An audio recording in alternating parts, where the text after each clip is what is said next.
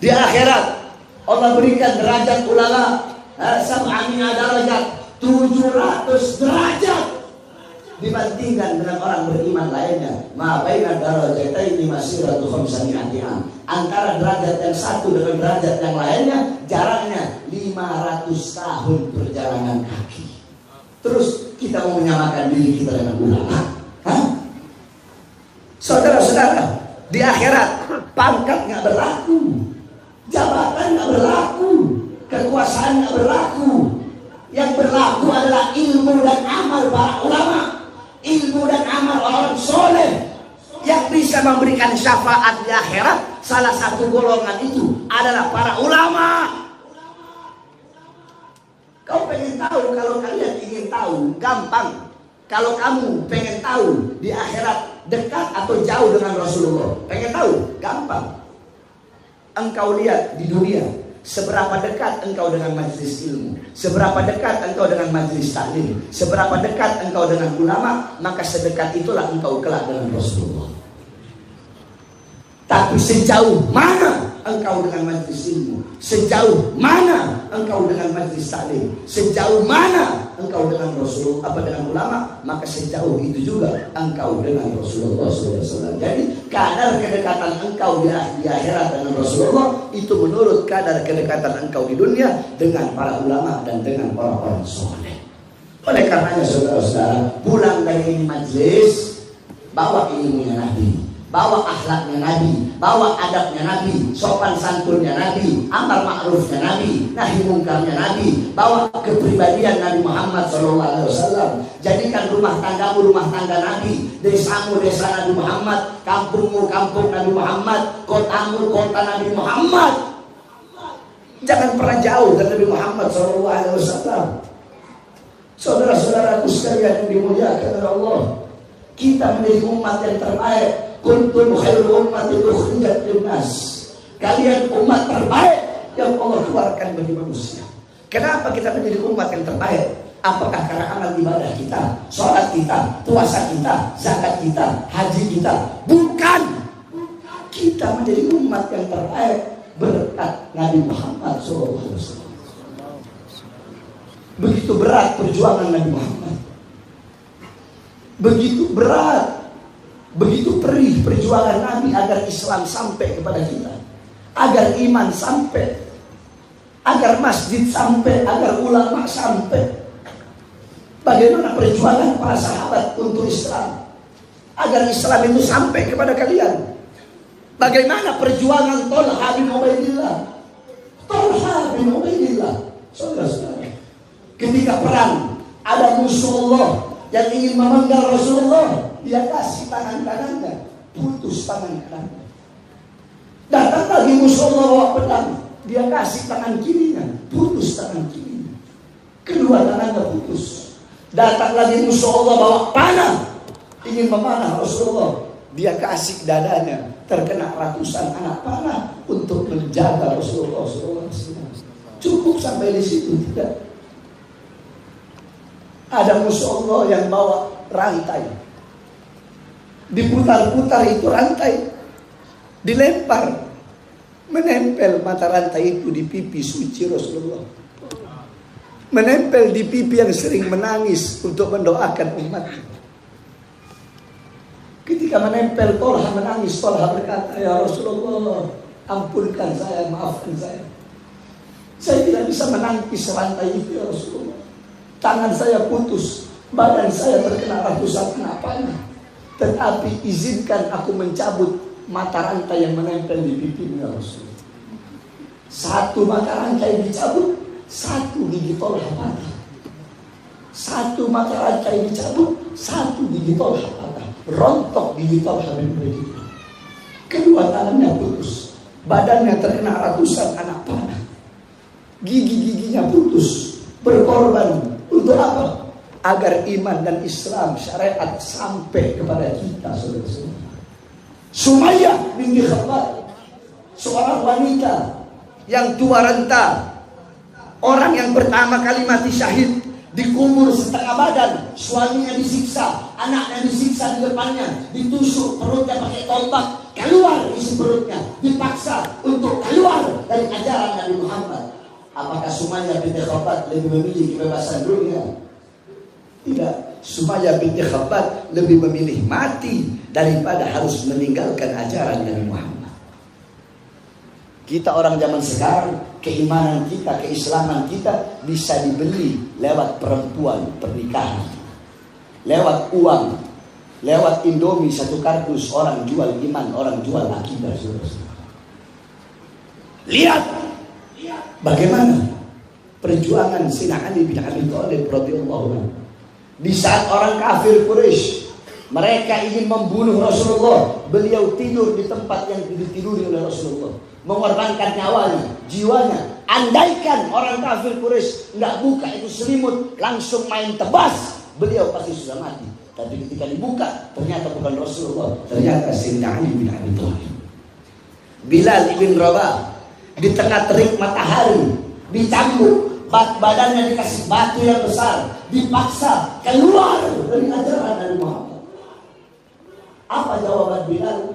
Lau gata'tani irban lamastatu illa hubban. Demi Allah, andaikan tubuhku dipotong-potong menjadi beberapa potongan untuk menghentikan kecintaanku kepada Muhammad, semakin dipotong-potong, semakin aku akan cinta kepada Muhammad. Perjuangan para sahabat luar biasa. Bagaimana perjuangan Rasulullah untuk kita sebagai umat? Beliau berjuang bukan untuk keluarganya, bukan untuk anak cucunya, bukan untuk sanak saudaranya, tetapi untuk kalian sebagai umatnya. Beliau berdakwah, kehujanan, kepanasan, pagi, siang, sore, malam. Beliau seorang manusia yang pernah selama 3 bulan tidak makan. 3 bulan gak makan, kecuali hanya makan roti kering yang sebesar ini.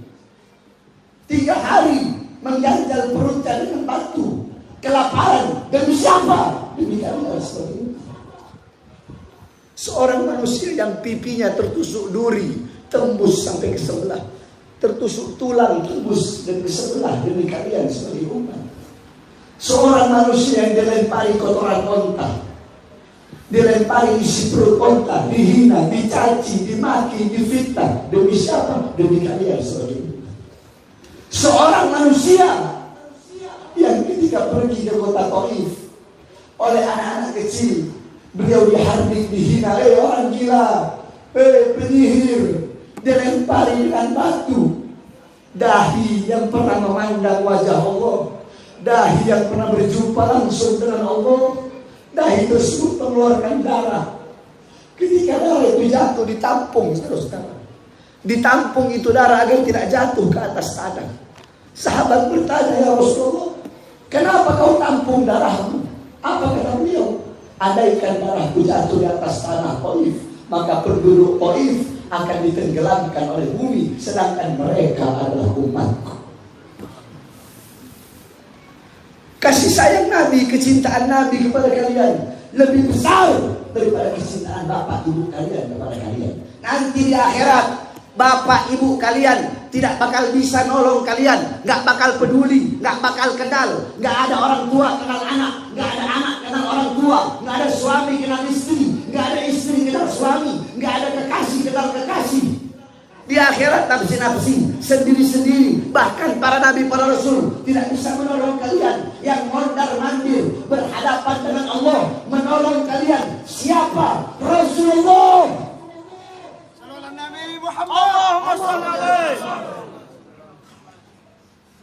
Sampai saking cintanya Rasulullah kepada kalian. Apa kata Rasulullah?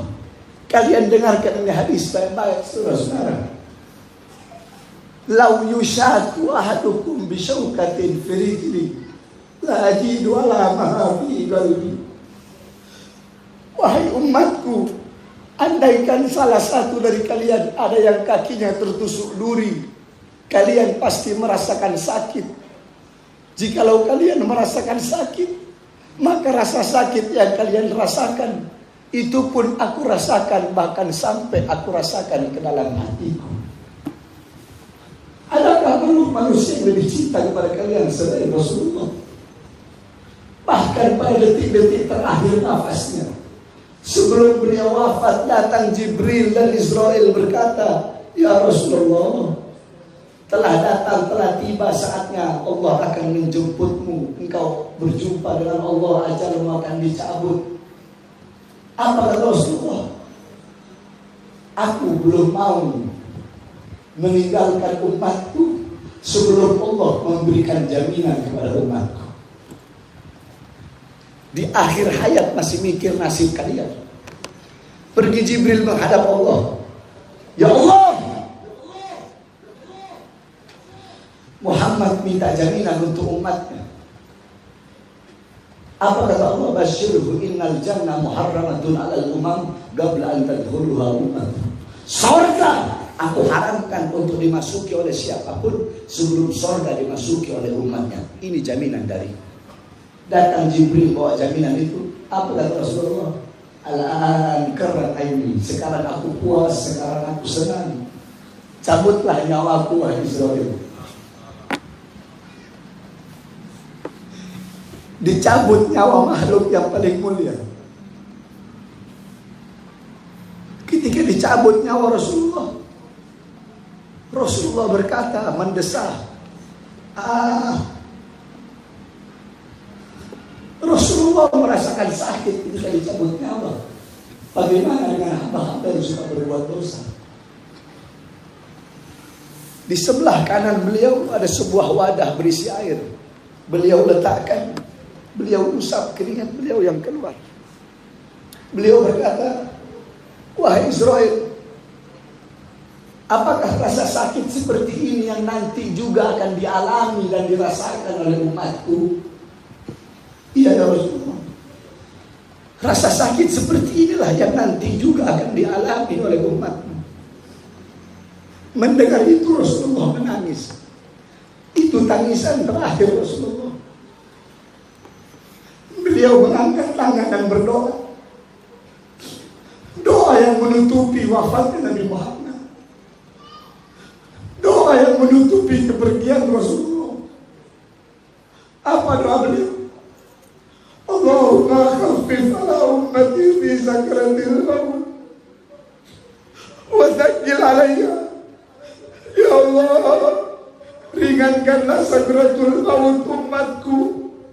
Berikan rasa sakit sakratul maut mereka kepada aku, ya Allah.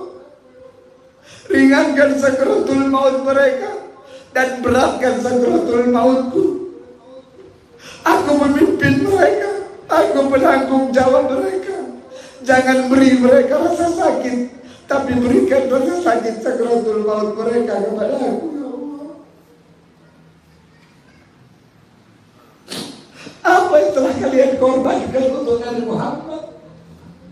Apa yang telah kalian perjuangkan untuk Nabi Muhammad? Nabi Muhammad berjuang demi kalian, agar iman sampai, agar Islam sampai, agar takwa sampai, agar sholat sampai. Tetapi setelah itu semua sampai, malah kalian sia-siakan, malah kalian campakkan. Rasulullah berdakwah, berjuang seperti itu agar Al-Quran sampai. Tetapi setelah Al-Quran sampai, Al-Quran kalian berdebu dan kalian lebih banyak pegang handphone. Rasulullah berdakwah, berjuang agar masjid sampai. Tetapi masjid di samping rumah kalian tidak pernah kalian datangi, tempat yang jauh kalian datang. Saudara-saudara, mulutmu mengaku umat Nabi Muhammad, tetapi engkau tidak mengikuti sunnah-sunnah Nabi Muhammad. Mulutmu mengaku sebagai umat Nabi Muhammad, tetapi engkau jauh dari syariat Nabi Muhammad. Enggak kenal Nabi Muhammad, buta Islam, buta Al-Quran, tidak pernah mendidik anak-anakmu dengan ajaran baginda Nabi Muhammad. Oleh karenanya saudara-saudara, gembirakan Nabi Muhammad. Jangan apa dengan mencintai ulama, mencintai orang soleh. Jangan pernah bosan dulu di majelis-majelis seperti ini. Khususnya para anak-anak muda.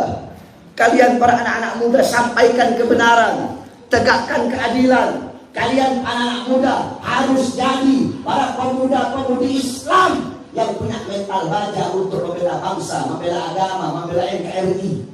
Sampaikan kebenaran, jangan pernah takut walaupun kalian dihina, dicaci, dimaki, difitnah, dipenjara. atau sekalipun kalian dibunuh. Saudara-saudara, kakek-kakek kami sudah biasa diancam, dipenjara, bahkan resiko terbesar dibunuh. Saudara-saudara, kakek kami, Sayyidina Ali bin Abi Thalib, beliau lagi sholat, ditusuk dari belakang, saudara-saudara. Ditikam oleh Ibn Muljam sampai beliau mati. Kenapa beliau mati? Kenapa beliau dibunuh? Apakah beliau penjahat? Apakah beliau ingin merampas kekuasaan? Tidak. Beliau dibunuh karena beliau yang berada di barisan paling depan untuk membela bangsa, membela rakyat, membela Islam, melawan kezaliman pejabat dan pemerintah. Kami punya kakek Sayyidina Hasan diracun oleh istrinya sendiri, dikhianati. Isi perutnya keluar dari mulut sampai beliau wafat. Kenapa beliau diracun? Beliau diracun karena beliau yang berada di barisan paling depan, menyampaikan kebenaran, menegakkan keadilan untuk membela bangsa, membela negara, membela rakyat, membela Islam, melawan kezaliman pemerintah. Kakek kami Sayyidina Husain bin Ali, Husain bin Fatimah, cucu yang paling dicintai oleh Rasulullah, dipenggal kepalanya dipenggal, ditancap di atas tombak, dipertontonkan kepada rakyat. Dan mereka berkata, rakyat, wahai masyarakat, coba kalian lihat, ini cucu Rasulullah melawan kami bantai, kami bunuh, apalagi kalian.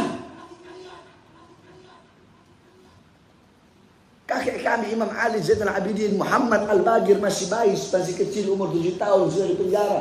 Wanita-wanita kami yang tangannya tidak pernah lepas dari wudhu, dirantai, ditawan, disiksa, saudara-saudara. Itu warisan kami. Darah beliau mengalir dalam tubuh kami. Darah beliau mengalir dalam tubuh para habaib, para anak cucu Rasulullah. Mengalir dalam tubuh Habib Rizik. Coba kau lihat Habib Rizik, organisasinya dibubarkan, 6 pengawalnya dibunuh, dibantai, ditembak, beliau dipenjara dalam masa tua. Saya 2009 masuk penjara, 2010 masuk, 2011 akhir masuk, 2012 akhir masuk, 2018 masuk lagi, 9 kali saya masuk penjara. 2020 bebas, baru 2 hari bebas, dibawa ke Nusa Kambangan, diborgol tangan saya, diborgol perut saya, diborgol kaki saya. Saudara-saudara, bebas tahun 2021. Belum sampai 1 bulan bebas, saya masuk lagi selama 7 bulan 15 hari. Baru keluar 5 bulan yang lalu saya bebas. Kenapa? Saya tanya, saya masuk penjara, Habib Rizik, Habib Hatim, apakah kami penjahat? Ya. Jawab yang keras, apakah kami penjahat? Ya. Apakah kami penjahat? Ya. Apakah kami koruptor? Ya. Bandar narkoba? Ya. Bandar judi? Ya. Punya pabrik minuman keras? Tidak. Apakah kami nyolong uang rakyat? Tidak. Nyuri uang rakyat? Tidak. Maling uang rakyat? Tidak. Jual aset negara? Tidak. Apakah kami pembunuh seperti Sambo? Tidak.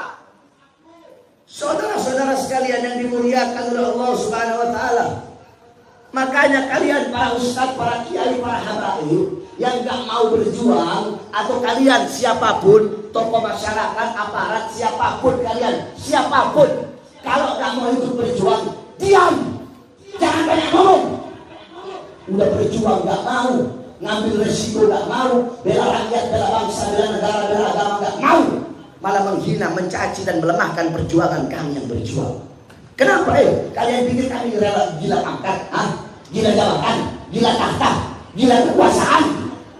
Kakek kami Al-Habib Husain bin Abi Bakar bin Salim, beliau berkata, andaikan pangkat jabatan pemerintahan bisa dipegang oleh seekor binatang, demi Allah kami tidak rela binatang peliharaan kami memegang pangkat dan jabatan tersebut.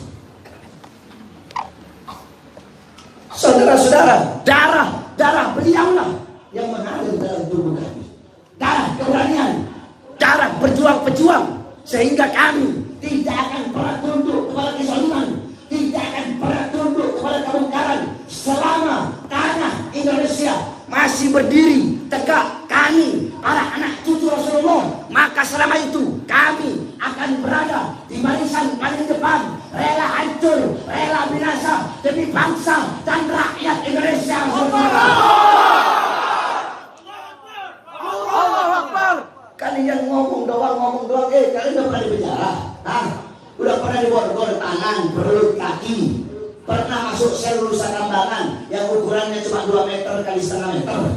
Di belakangnya dijaga sama anjing helder, pintunya semua terbuat dari komputer. Selama di situ cuma lihat 3 warna, warna abu-abu, warna merah, 2 warna putih, warna abu-abu dan warna merah.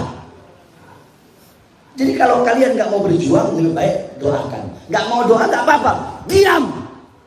Biarkan kalian berjuang, biarkan kalian mengambil risiko. Saudara-saudara, saya berkali-kali di penjara. Terakhir saya bebas tahun 2008, tahun 2020. Bebas 2020, baru 2 hari bebas dibawa ke Nusa Kambangan. Kenapa? Katanya ceramah saya meresahkan. Pertanyaannya, apa isi ceramah saya? Saya kasih tahu. Isi ceramah saya waktu itu lagi PSBB. Saya bilang, hei pejabat, hei aparat, PSBB, rakyat kalian kurung dalam rumah, tapi tidak kalian berikan kebutuhan pokoknya. Tidak kalian kasih beras, minyak, kebutuhan pokok. Kalian mau bikin mati rakyat? Kalian mau bikin susah rakyat? Hei pejabat, hei aparat, hei pemerintah, RT, RW, lurah, camat, bupati, wali kota, menteri, presiden. Di saat corona, perusahaan-perusahaan milik asing tetap buka, tapi toko-toko kecil milik pribumi kalian paksa untuk tutup.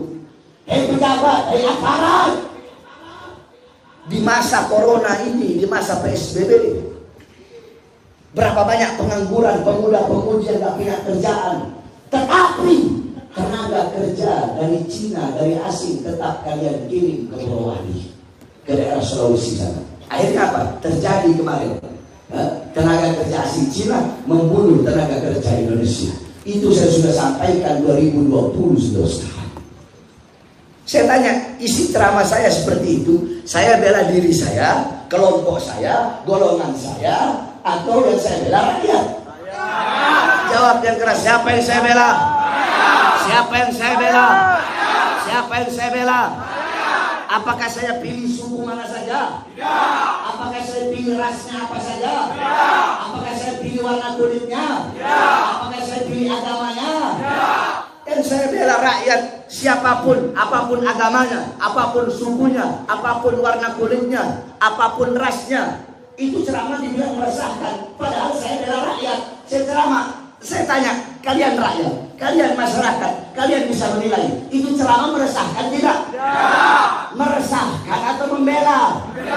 Meresahkan atau membela? Jawabannya meresahkan. Meresahkan siapa? Meresahkan pengkhianat bangsa, meresahkan pejabat-pejabat biadab, meresahkan para koruptor, meresahkan para pejabat-pejabat yang menjual kepentingan rakyat untuk urusan perutnya. Meresahkan siapa? Meresahkan para pejabat, meresahkan para pemerintah yang menjual Indonesia kepada negara-negara asing. Itu saya udah bilang, lidah saya kayak alkohol. Alkohol kalau kena kulit nggak ada luka, dingin apa sakit? Dingin apa sakit? Tapi kalau alkohol kena kulit yang ada luka, dingin apa sakit? Dingin apa sakit? Nah, begitu lidah saya, ceramah saya. Kalau pejabatnya baik, pejabatnya bagus, mau apapun yang saya bilang dia bakal adem. Kenapa? Karena nggak tersinggung. Karena dia nggak melakukan itu. Tapi kalau ada yang nggak terima, ya, apalagi mengkriminalisasi, apalagi bikin kasus, berarti dia punya lu.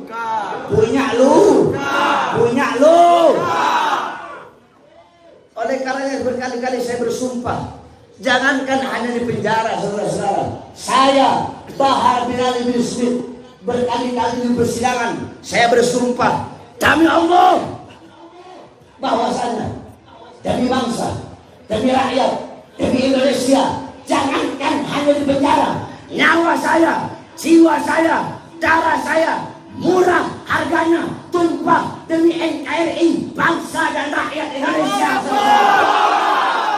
Makanya saya tanya, masyarakat Minang siap hancur demi Islam? Siap bela Indonesia? Siap binasa demi Indonesia? Siap mati demi merah putih? Siap mati demi Pancasila? Siap mati demi Bhinneka Tunggal Ika? Allahu Akbar! Allahu Akbar! Indonesia merdeka! Merdeka! Anak-anak Minang ini kalau dagang suaranya keras. Kalau lagi takbir atau merdeka ini suaranya kok pelan. Indonesia merdeka! Merdeka! Merdeka! Sampaikan kepada mereka, para pengkhianat-pengkhianat bangsa, kepada para pelacur-pelacur yang dimana mereka mengambil uang rakyat, yang dimana mereka menyusahkan rakyat, malik uang rakyat, mengeluarkan kebijakan-kebijakan yang menyusahkan rakyat. Ibu-ibu, saya tanya sekarang, sembako mahal apa murah? Naik apa enggak? BBM naik apa enggak? Minyak goreng naik apa enggak? Cabai naik apa enggak? Enak enggak? Itu yang kita perjuangkan. Maka sampaikan kepada mereka, para pejabat yang menyusahkan rakyat, bahwasanya kami masyarakat Minang, kami pemuda-pemudi Minang, kami para orang-orang masyarakat pemuda-pemudi yang dalam tubuh kami ada mengalir darah Minang, kami bersumpah demi Allah, selama darah kami masih merah, tulang kami masih putih, merah putih, maka selama itu kami masyarakat Minang akan berada di barisan paling depan untuk melawan kalian sampai titik darah penghabisan. Masyarakat Minang siap hancur demi NKRI, siap hancur demi Islam, siap binasa demi NKRI. Allahu Akbar. NKRI harga mati, harga mati, yang keras harga mati. NKRI, NKRI, Pancasila, Pancasila, Bhinneka Tunggal Ika, Indonesia, ulama, ulama, Allahu Akbar. Mudah-mudahan Allah jadikan negara kita negara yang makmur, sentosa, sejahtera, pejabat-pejabat jadi pejabat yang baik, amanah. Alhamdulillah di sini banyak bapak-bapak polisi yang ada di sekarang, beliau Bapak Eka, di depan juga ada. Alhamdulillah. Nah, inilah polisi-polisi yang lain harus mencontoh polisi-polisi yang seperti ini. Imam Ghazali bilang, kalau ada ulama datang ke pejabat atau datang ke aparat, itu tujuannya dunia. Tapi kalau ada aparat, pejabat, pemerintah datang ke ulama, itu tujuannya akhirat. Makanya polisi seperti ini harus kita doakan agar pangkatnya naik. Amin. Sebab kenapa? Kalau kursi-kursi kekuasaan tidak diduduki oleh orang-orang yang baik, maka akan diduduki oleh orang-orang yang jahat. Paham? Kami berterima kasih kepada Bapak Polisi yang telah menjaga keamanan. Alhamdulillah, acara aman, lancar. Ya, jadi jangan pernah punya mindset, punya pikiran bahwasanya Islam itu radikal, Islam itu teroris. Itu yang ngebom itu orang goblok itu, nggak ngerti agama, belajarnya setengah-setengah. Pak, saya Pak di lapas-lapas itu udah puluhan napi teroris. Saya bikin mereka tanda tangan NKRI. Saya bikin mereka jadi Ahlus Sunnah wal Jamaah, dan saya tanamkan dalam hati mereka hubbul waqar minal iman, cinta tanah air bagian daripada iman. Tetap aja saya bilang radikal. Ini kita Islam takbir langsung dibilang teroris. Ngomong Allahu Akbar dibilang teroris. Pakai lambang la ilaha illallah Muhammad Rasulullah dibilang radikal. Jenggot panjang dibilang teroris.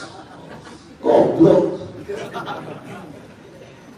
Amerika menyerang Irak, menyerang Afghanistan, ribuan umat Islam yang mati, bayi-bayi yang tidak berdosa terbakar. Kenapa nggak bilang Amerika teroris?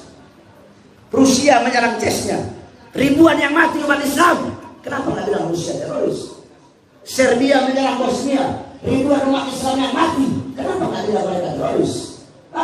Myanmar menyerang Rohingya, umat Islam di Rohingya digenosida, dibumi hanguskan, direbus hidup-hidup, dibakar. Kenapa nggak bilang Rohingya teroris? Cina mereka menyiksa, membunuh, membantai umat Islam yang berada di Uighur. Kenapa kok nggak bilang Cina teroris? Kita umat Islam, saya tanya kita, pernah nggak kita menghina agama lain? Ya. Membakar kitab suci agama lain? Ya. Mencaci memaki pendeta lain? Ya. Berarti yang radikal siapa? Kita apa mereka? Mereka. Terus yang teroris siapa? Kita sama mereka? Mereka. Makanya Pak, acara-acara seperti ini harus didukung. Ini enggak, terkadang bukan apa ya, bukan polisi-polisi di sini. Polisi di sini alhamdulillah baik. Terkadang itu pun dulu, sekarang udah enggak. Kalau ada panitia ngomong saya siapa yang ceramah? Habib Bahar, ganti aja deh, jangan Habib Bahar keras ngomongin pejabat, pemerintah. Datang ke saya panitia, saya bilang, bilang sama polisinya ya, sama kapolresnya atau sama kapoldanya, bilang, kalau mau ngatur-ngatur saya ceramah, saya nggak bisa diatur. Kalau mengatur saya ceramah, suruh dia yang ceramah dan saya ceramah. Oleh karenanya, mudah-mudahan beliau dipanjangkan umurnya. Amin. Semua bapak polisi tadi yang menjaga acara ini, mudah-mudahan panjang umur. Amin. Allah permudahkan urusan dunia akhiratnya. Amin. Khususnya saudara-saudara yang hadir di sini semua, mudah-mudahan berkah dunia akhirat. Terakhir, sebelum saya tutup, saudara-saudara, ini kan bulan Rajab ya. Ada peringatan besar yang kita kenal dengan Isra Mi'raj. Tadi kan karena waktu jadi saya nggak bahas Isra Mi'raj. Kalau saya bahas panjang lebar bisa sampai jam 5. Jadi sebenarnya saudara-saudara, daerah-daerah lain tuh iri sama daerah yang ada di Padang. Semua WhatsApp ke saya. Beb, kami berkali-kali minta jadwal Habib dari 5 tahun lalu, 6 tahun lalu. Ya, yang di Jambi, yang di Riau, yang di Pekanbaru. Kemarin tanggal 8, tanggal 9 itu saya di Batam, nggak hadir. Ya, yang di Aceh, yang di Madura, yang di Jawa Timur, Jawa Tengah, Kalimantan Selatan, Pamungkai, Kandangan, Martapura, Kaltim, Balikpapan, Samarinda, Berau, kemudian Kaltara, daerah Tarakan sana, Kalteng, Kapuas, kemudian daerah Muara Tewe, kemudian Lupak Dalam, ya, sampai Kalbar, Pontianak, Sambas, Ketapang, daerah Sumatera, Aceh, Jambi, di mana-mana minta saya belum sempat. Nah, makanya mereka iri sama masyarakat Padang ini. Kok bisa Habib sampai? Kita berkali-kali ngundang, Habib tak sampai. Saya bilang, mungkin orang Padang doanya wiritannya kuat kan. Tapi bagaimana saya 2 hari di sini gak dicariin orang Minang? Bercanda. Ya, jadi saya akan memberikan referensi. Saudara-saudara pelajari kitab-kitab yang akan saya sebutkan ini, kitab yang menjelaskan tentang Isra Mi'raj. Rekam kalau bisa. Pelajari dan kalian akan mendapatkan pemahaman yang jelas, pemahaman yang rinci tentang kejadian Isra wal Mi'raj. Ya. Pertama, kitab As-Siraj Al-Wahhaj fi Haqa'iqil Mi'raj, karangan Al-Imam Abu Ishaq Muhammad bin Ibrahim An-Nu'mani Asy-Syafi'i. Kemudian kitab Al-Mi'raj, karangan Al-Imam Abdul Qasim Abdul Ghanim Al-Bushairi. Kemudian kitab Ar-Risalah fil Mi'raj, karangan Al-Imam Abdul Hasan Ali bin Muhammad Al-Lakhmi. Kemudian kitab An-Nurul Wahhaj, kemudian kitab Al-Ayah Az-Zahimah Al-Bahira fil Mi'raj Sayyid Ahli Dunya wal Akhirah, karangan Al-Imam Al-Hafidz Samsuddin Muhammad Ibn Yusuf Asy-Syami Ad-Dimashqi. Kemudian satu lagi kitab karangan beliau Al-Ayah Al-Bayyinat fil Mi'raj Sayyid Ahlul Ardi was Samawat. Kemudian kitab Ayatul Kubra fi Syarah Qissatul Isra, karangan Al-Imam As-Suyuti. Kemudian kitab Qissatul Mi'raj, karangan Al-Imam Said Usman Syata' bin Muhammad Syata'. Kemudian kitab Afdhalul Manhaj fi Isbat Isra wal Mi'raj, karangan daripada Imam Asy-Syaikh Muhammad bin Abdullah. Kemudian ada lagi kitab Dawus Siraj fi Fadli Rajab wa Qissah Al-Mi'raj, karangan daripada Al-Imam As-Sayyid Muhammad Amin Al-Kurdi. Kemudian kitab Minhajus Syami, Mukhtasar Mi'rajus Syami, karangan Al-Imam Asy-Syaikh Yusuf bin Ismail An-Nabhani. Kemudian kitab An-Nurul Wahhaj, karangan Al-Imam As-Sayyid Ali Zainal Abidin bin Muhammad Al-Hadi Al-Barzanji. Kemudian disyarahkan, diberi nama kitab Tajul Ibtihaj ala Nuril Wahhaj, karangan Imam Ja'far ibn Ismail Al-Barzanji. Kemudian ada lagi kitab Qissatul Mi'raj, karangan Imam Najmuddin Al-Ghaiti. Kalau Jawa Barat sama Banten setiap bulan Rajab biasanya mengkhatamkan kitab tadi itu. Qissatul Mi'raj karangan Imam Najmuddin Al-Ghaiti, atau khasiahnya namanya Khasiah Ad-Dardir, karangan Imam Ahmad Abdul Barakat Ad-Dardir. Kemudian ada lagi kitab Qissatul Mi'raj karangan Syekh Hasan Asy-Syati. Kemudian kitab Nailul Muna wal Ghaya As-Sa'ul fil Mi'raj Sayyidina Al-Mukhtar Ar-Rasul, karangan Imam Muhammad ibn Ja'far Al-Kattani.